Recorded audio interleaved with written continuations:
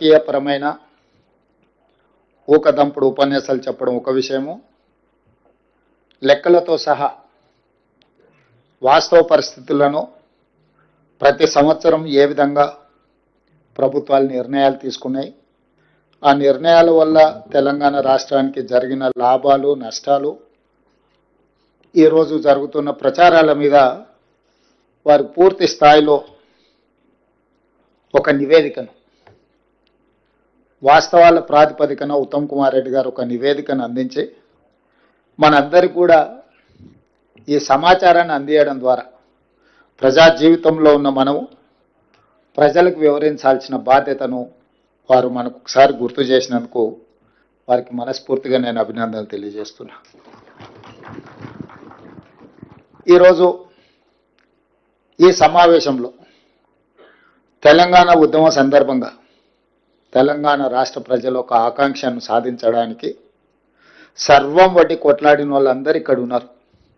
అది కోదండరామ్ గారు కావచ్చు, కేశవరావు గారు కావచ్చు, శ్రీహరి గారు కావచ్చు, లేకపోతే ఈ వేదిక మీద ఉన్న చాలామంది పెద్దలు ఇక్కడ ఉన్న పెద్దలు, సుఖేందర్ రెడ్డి గారు కావచ్చు, పోచారం శ్రీనివాస్ రెడ్డి గారు కావచ్చు, వీళ్ళందరూ కూడా ఉమ్మడి రాష్ట్రంలో వివిధ రాజకీయ నేపథ్యాలలో ఉన్న రాజకీయ నేపథ్యాన్ని వారు ప్రాతినిధ్యం వహిస్తున్న పార్టీల కంటే కూడా ప్రజల యొక్క అవసరాలను, ప్రజల యొక్క ఆకాంక్షను, అదేవిధంగా శ్రీనివాస్ రెడ్డి గారు సీనియర్ పాత్రికేయులుగా వారు మమ్మల్ని ఎప్పుడు ఏ చర్చలకు పోయినా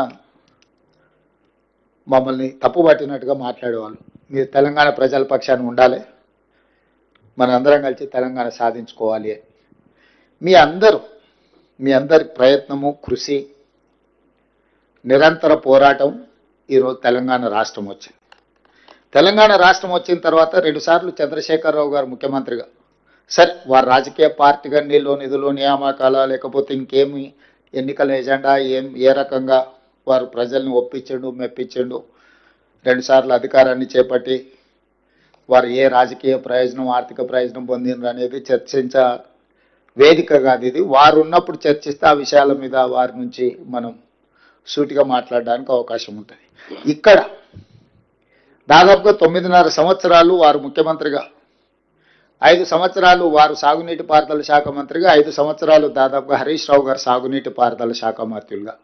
అంటే వారి కుటుంబమే ఆ 9.5 సంవత్సరాలు ఈ శాఖకు ప్రాతినిధ్యం వహించిండ్రు. దాదాపుగా ఆర్థిక శాఖ కూడా చివరి 5 సంవత్సరాలు హరీష్ రావు గారే బాధ్యత తీసుకున్నారు. నీళ్లు నిధులకు సంబంధించి సంపూర్ణంగా వారి కుటుంబము, వారి పార్టీ వారే బాధ్యత తీసుకొని వారు చేసిన నిర్ణయాలు ఈరోజు మీ అందరి ముందు పెట్టడం జరిగింది.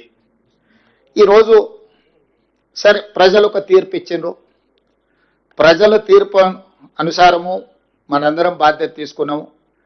మన యొక్క అనుభవాలను బట్టి ఈరోజు శాఖలు నిర్వహిస్తున్నాం.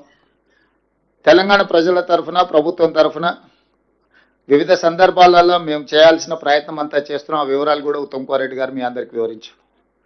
కానీ అధికారం కోల్పోయి, ఆ తర్వాత డిపాజిట్లు కోల్పోయి, ఆ తర్వాత ఎన్నికల్లో పోటీ చేయడానికి అభ్యర్థులు దొరకకపోవడం వల్ల ఈరోజు ఒక విచిత్రమైన వాదనను తీసుకొని వాళ్ళు ముందుకు వస్తున్నారు. మొత్తం సర్వం నాశనం అయిపోయింది ఈ సంవత్సరంలోనే, అసలు ఇంత నాశనం అనేది ఇంకెప్పుడూ జరగలేదు, మేం మళ్ళీ వస్తేనే ఇదంతా సరిదిద్దుతాము, దీనికి మొత్తం కారణం కాంగ్రెస్ పార్టీ, ఇప్పుడున్న ప్రభుత్వం అని చెప్పి ఒక వితండవాదం తీసుకొస్తున్నారు. సరే ఇవన్నీ చూసి నేను ఒక అంశాన్ని ప్రస్తావించిన. ప్రజాస్వామ్యము, భారత రాజ్యాంగం, డాక్టర్ బాబాసాహెబ్ గారు అందించిన చట్టసభలే మనకు దేవాలయాలు. అక్కడే మనం చర్చించుకుందాము, వాస్తవాలను ప్రజలకు వివరిద్దాము. ఒకరోజు కృష్ణా నది జలాల మీద, ఇంకొక రోజు గోదావరి నది జలాల మీద పూర్తి స్థాయిలో చర్చ చేద్దాము. ఒకవేళ కాదు కూడదు అనుకుంటే ఇంకా 1-2 రోజులు పొడిగించుకొని అయినా దీనికి సంబంధించిన వాస్తవాలను చర్చించుకుందాం. ప్రధాన ప్రతిపక్ష నాయకుడిగా వారిని ఏ తారీఖు వారు వస్తారో, ఏ తారీఖు వారు చర్చిస్తారో ఒక లేఖ రాయమని స్పీకర్ గారికి. తక్షణమే ప్రభుత్వం స్పందించి శాసనసభ సమావేశాలను ఏర్పాటు చేసుకుందామని నేను వారికి సూచన చేయడం జరిగింది. సవాల్ విసరలే. ఎందుకంటే నాకు ఈ చట్టసభల పట్ల ప్రజాస్వామ్యం పట్ల నమ్మకం విశ్వాసం ఉన్నది. అందుకే వీధుల్లో కాకుండా, క్లబ్బుల్లో కాకుండా, పబ్బుల్లో కాకుండా, ప్రజల ముందు చులకన కాకుండా చట్టసభలలో మనం చర్చ చేసుకుందాము. రండి, మీ అనుభవంతో మీ చేసిన ప్రయత్నాలన్నీ వివరించండి. భవిష్యత్ ప్రణాళికలను కూడా మనము చర్చించుకుందాము. మీ అనుభవంతో ఏమైనా సూచన చేస్తే మా ప్రభుత్వం తీసుకోవడానికి సిద్ధంగా ఉందని నేను వారికి సూచన చేయడం జరిగింది. ఇక సడన్గా ఆయన బయలుదేరిండు. ఆయన ఏం మాట్లాడుతున్నాడో నేను చెప్పే కంటే మీ అందరు కూడా చూస్తున్నారు. నేను పేరు ప్రస్తావిస్తే నా స్థాయి తగ్గుతుంది కాబట్టి పేరు ప్రస్తావించడానికి కూడా నేను ఇష్టపడడం లేదు. ఎందుకంటే బాధ్యత వచ్చిన తర్వాత బాధ్యతాయుతంగా వ్యవహరించాలని చెప్పి ఈరోజు నేను భావిస్తున్నా. నాకు తెలిసి ఈ భాషలకు ఏ విధంగా సమాధానం చెప్పాలో మీ అందరికి కూడా తెలుసు నా గురించి. కాకపోతే ఏంటంటే ఇంకా ఆ దిశగా వెళ్ళొద్దు అని నేను అనుకుంటున్నా. అయితే ఈరోజు ప్రధానంగా 2 విషయాల మీద నాకున్న అవగాహనను మీతో పంచుకోదలుచుకున్నాను. మొట్టమొదట తెలంగాణకు సంబంధించిన కృష్ణానది జలాల మీద చర్చించుకుందాం. చాలా వివరాలు నీటి కేటాయింపుల విషయం నుంచి ఉమ్మడి రాష్ట్రం, ఆ తర్వాత తెలంగాణ రాష్ట్రంలో నీటి కేటాయింపులు వినియోగం మీద పెద్దలు ఉత్తమ్ కుమార్ రెడ్డి గారు పూర్తిగా వివరణ మనకు వివరించడం జరిగింది, సమాచారం ఇవ్వడం జరిగింది. వారు కొన్ని అంశాలను ఏవైతే ఇంకా ముందుకు మనం తీసుకెళ్లాలనో ఆ అంశాలను మీ అందరితో నేను పంచుకోదలుచుకున్నాను. ఈరోజు కృష్ణానది జలాల మీద ఆంధ్రప్రదేశ్కి 512, తెలంగాణకు 299 టీఎంసీల నీటి కేటాయింపుల కోసం చంద్రశేఖరరావు గారు 2015లో కావచ్చు, 2020లో కావచ్చు, ఆ తర్వాత కృష్ణా బచావ్ ట్రిబ్యునల్ ఇచ్చినప్పటి వరకు శాశ్వతంగా బ్లాంకెట్గా మంజూరు చేసి వచ్చేసిండు. అది అయిపోయిన తర్వాత వారు బేసిన్లు లేవు, బేసిజాలు లేవు, మీరు గోదావరిలో 3000 టీఎంసీలు సముద్రంలో పోతున్నాయి, మీరు తీసుకెళ్ళండి. కృష్ణా బేసినే కాదు, గోదావరి బేసిన్ నుంచి కృష్ణా బేసిన్, కృష్ణా బేసిన్ నుంచి పెన్నా బేసిన్ వరకు, గ్రేటర్ రాయలసీమ అంటే ప్రకాశం నెల్లూరు వరకు కూడా మీరు నీళ్లు తీసుకెళ్ళండి.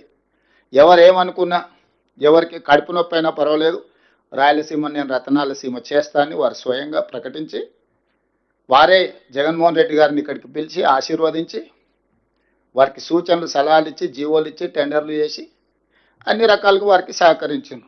సార్, వారిద్దరి అనుబంధం ఎలాంటిది అయినా అది తెలంగాణకు తీరని నష్టం.